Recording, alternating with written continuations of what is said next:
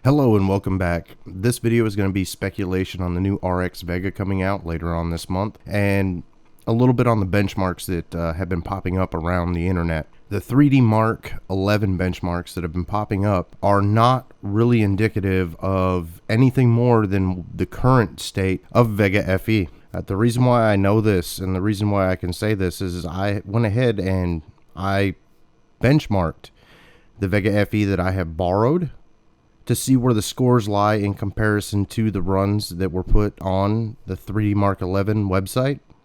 And my scores are right in line with what those benchmarks show. I have nothing special going on with this card other than I have put in a custom fan curve to make sure that the card doesn't throttle itself and make sure that it stays at the highest boost clock it's able to achieve. Now, I know that the VEGA card that they're benchmarking shows a 1630 megahertz boost clock. Well, it's not hitting it. There is no way with the scores that they're getting that it's actually running at 1630 megahertz. That's good news and bad news all at the same time. As stated before, the VEGA FE runs usually between 1440 and 1528 megahertz. And I believe that this card that they're benching is running probably a little closer to the 1528 megahertz range. I have compiled a list of 5 benchmark runs on the 3D Mark 11 software, and of those runs, the first 3 I did while recording them, and so those 3 scores came in exactly where I'd expect. They came in at 28,799, 28,666, and 28,690. All 3 of those scores, like I said, they were all done while running AMD's Relive in the background, recording them. So they all show pretty consistent in the high 28,000 range. I did pull 2 benchmark scores without recording them, and both of those were in the 30,000 range. The first being 30,183, the second one being 30,170. Well, that's right in line with the scores that they were pulling in those benchmarks that they're showing with the RX VEGA ID number. The benchmarks show a top score of 31,874, and that was the only score done with an i7 6700K. All of the rest of the scores, I believe, were done with an AMD Ryzen processor. The only thing that this benchmark shows me is that they're planning on upping the boost clock sensitivity and stability for the RX VEGA cards when they come out. Now, what those cards or what boost clock those cards are going to be running at, no one knows. I would personally believe, given the architecture, that they're going to try to get them stabilized somewhere between the 1650 and probably 1700 megahertz range. If that's true and they are able to stabilize them at that speed, then RX VEGA should be really close to nipping on the heels of a 1080 Ti, not overclocked. So maybe a 1080 Ti Founders Edition.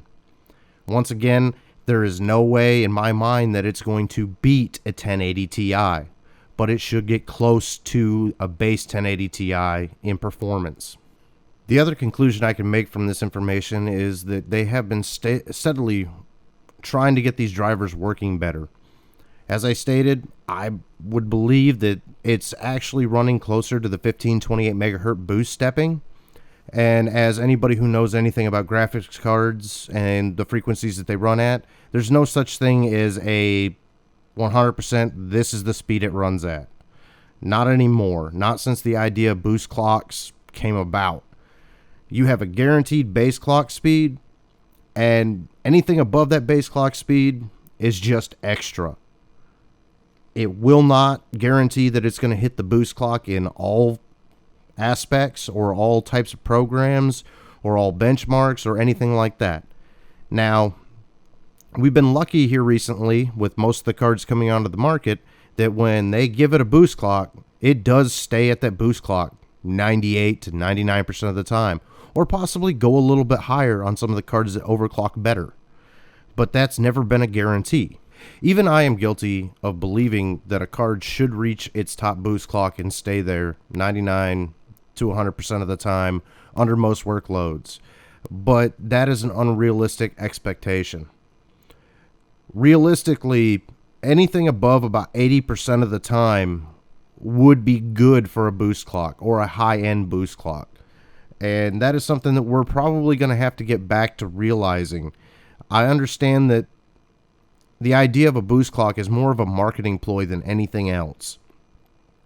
It's under certain conditions, our card can do this number. It is not a guarantee. And even though we in the tech industry have come to calling the boost clock as the resident frequency of the card, it's not true. The base clock is the guaranteed frequency of the card. Now, when it comes to anything Vega at the moment, the base clock isn't even 100% stable. Taking that into consideration, that clock is the only guaranteed clock that there is. So, what does this benchmark have to show us about RX VEGA? Well, the benchmark has absolutely nothing to show us about RX VEGA other than it's currently working at or around the same speed and same consistency as Vega FE with a custom fan curve. There's literally no difference other than it has 8 gigs less HBM2 and it's running on a slightly different driver. That's it. That's the only thing that we can learn from this benchmark. It doesn't mean that it's actually going any faster.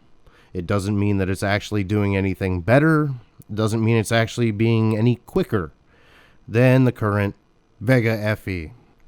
So that leads me to my speculations about the RX VEGA coming out. I expect with matured drivers, the RX VEGA will be faster than a 1080. I expect that it will not be faster than a 1080 Ti. As to any overclocking, I don't see a whole lot of headroom in this chip.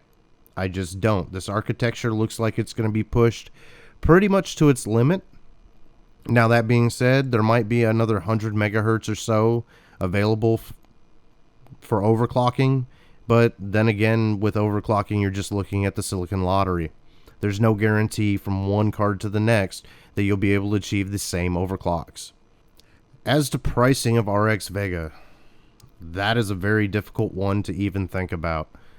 I know that this card is expensive to produce, and it's going to be expensive with HBM2.